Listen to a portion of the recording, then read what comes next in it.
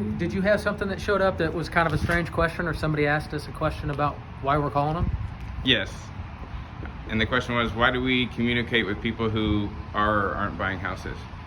Why do we communicate with people that are not currently buying houses? Yes.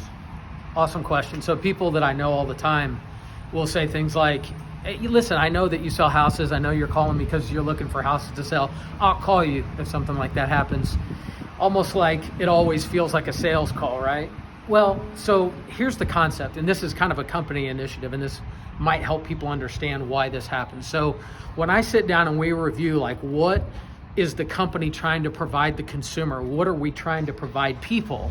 Then the question is, why are you calling me? If I'm not buying something, I'm not selling something, then I don't need a phone call, right? The company initiative is to constantly update and communicate with our database about what's going on in the marketplace. What houses are doing, what interest rates are doing, what the economy's doing. These are things that are important to our clients. So if you have young people that are 25, let's say, and they're like, why do I need to know this?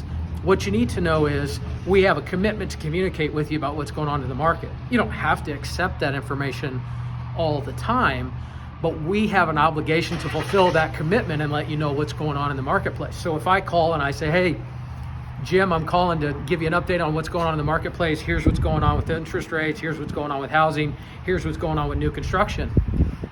Jim, as an example, might say, I don't need to know all that stuff, but thanks, I'll call you if I have any questions.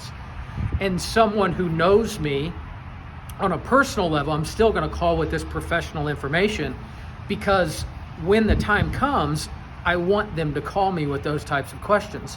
So the other initiative in the company that's kind of aligned with that is I want people to call me for everything from an insurance referral to a tax accountant to a hairdresser to a wealth advisor. So if I want people to reach out to me for absolutely every problem that they have, then I've got to consistently communicate to the database that that's my intention, is that they call my company and say, who should I use for a landscaper? Who should I use for a roofer? Who should I use for painting?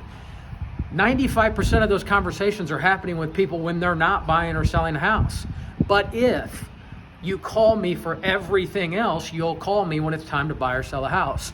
So this is really kind of an initiative of the company to provide a whole host of services to people that they don't have to pay for.